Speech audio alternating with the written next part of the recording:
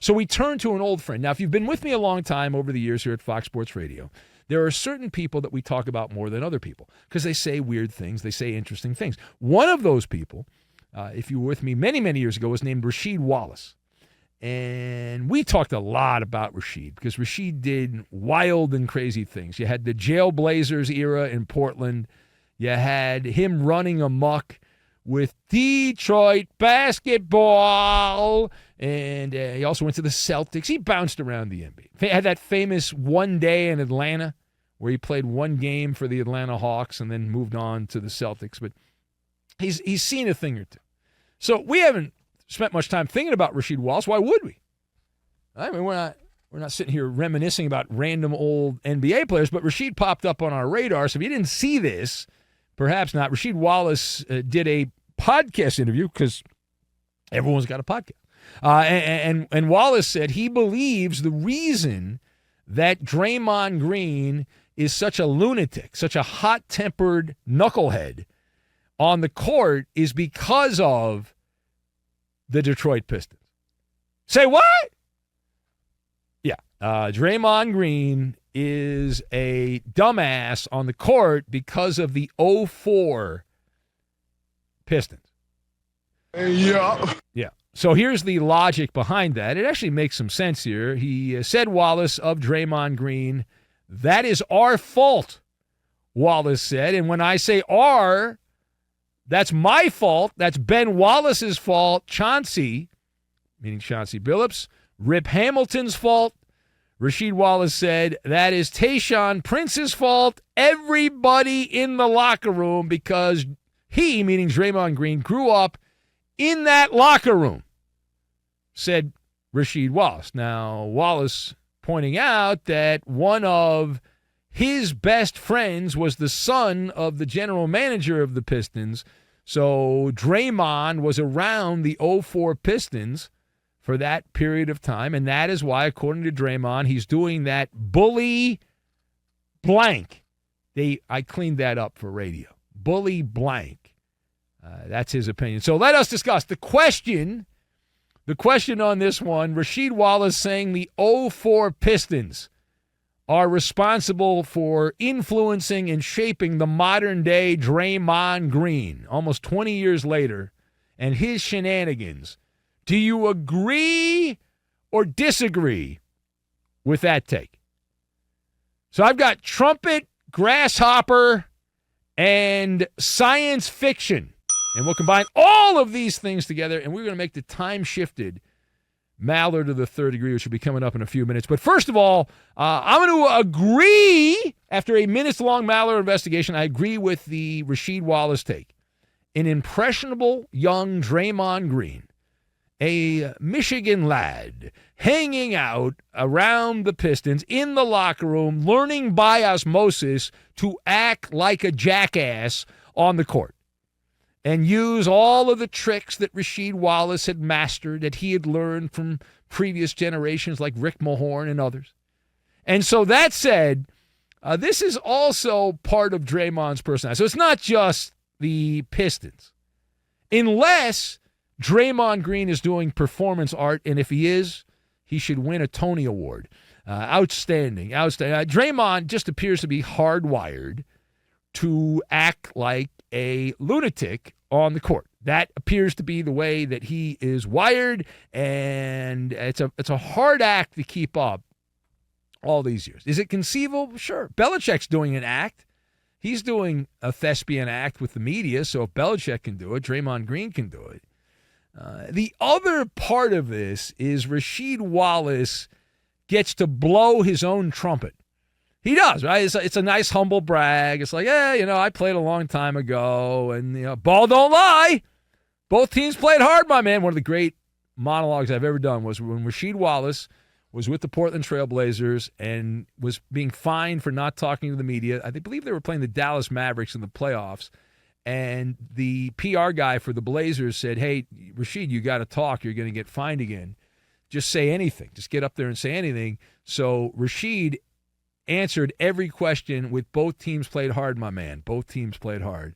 And we used to play that as a drop on the show. The old board ops, the old engineers used to play that all the time. But we I guess that's, we've changed many engineers over the years, and they kind of went away. But it was a great drop because he answered every question the same way. We are fans of Draymond Green. I made it through about 3 or 4 years of talk radio during basketball season just talking about Rasheed Wallace, I should say. I think I said Draymond Green. But listen, Both teams play hard, there man. you go, right there. That's the soundbite.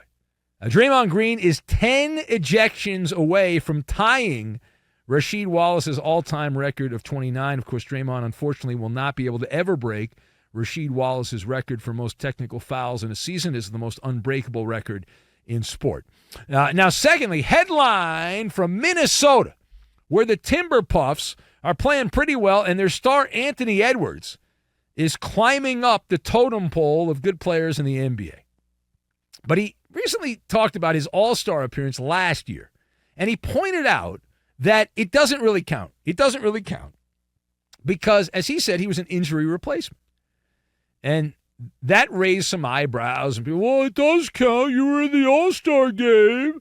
I don't know why you would say that. So let's parse the words. Anthony Edwards claimed that the All-Star nod that he got last season in Minnesota doesn't count because he was an injury replacement. Is that how it works? The answer, if you have integrity, is yes. Yes. Remember, guys would make the Pro Bowl because nobody wanted to go to the Pro Bowl.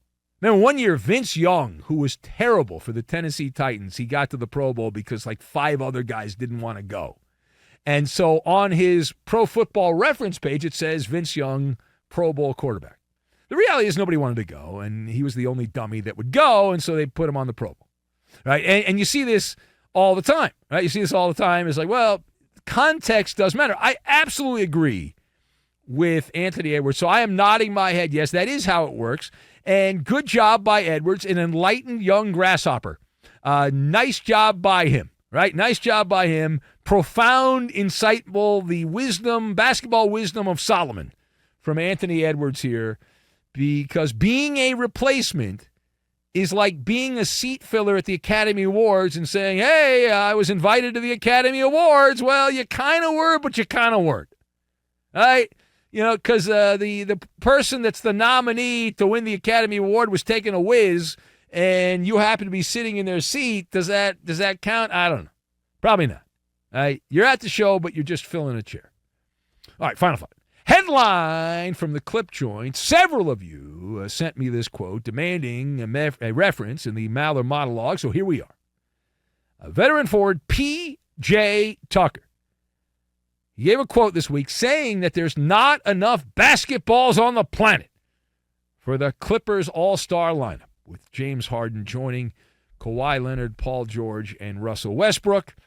The Clippers are 6-8 with James Harden on the court since picking him up for reasons only Steve Ballmer appears to know. So thumbs up or thumbs down to the Clippers having a shortage of balls. So I'm going to go thumbs down on this one. There are enough balls available because they make a lot of them. They mass-produce basketballs at the Wilson Sporting Good Global Headquarters, which I believe are in Chicago. So if you need balls, you got the balls right there. In Chicago, they got a lot of balls. To me, those balls are perfect. The issue with the Clippers is the NBA only allows you to use one ball at a time. That's the problem. But there's still time for the Clippers roster to mold into shape here, to follow the science fiction TV show from back in the day, which I guess has come back on NBC, and take a quantum leap. Take that quantum leap, go through the trials and tribulations, figure out who's going to shoot, and who's going to. There's enough shots in an NBA game where you should be able to feed pretty much everyone, but you gotta have some planning. You can't go helter-skelter. It's not going to work. I said, well, what does that mean? Well, let me explain. So last night we had this Fugazi in-season tournament thing. Not a fan. We'll just pick a random game. The Milwaukee Bucks played the Knickerbockers in the early game in Wisconsin. So in that game, the Bucks took 91 shots, and the Knicks took 87. So let's just say 90 shots a game. You got 90 shots. So that means Harden gets 15, Kawhi gets 15, Paul George gets 10, and then everyone else shares what's left. That should be enough shots. Now, if you want to give Kawhi 20 and James Harden 20, that's 40. George gets 15. So now we're at 55. The rest of the team should be able to get enough shots. I'm helping them out.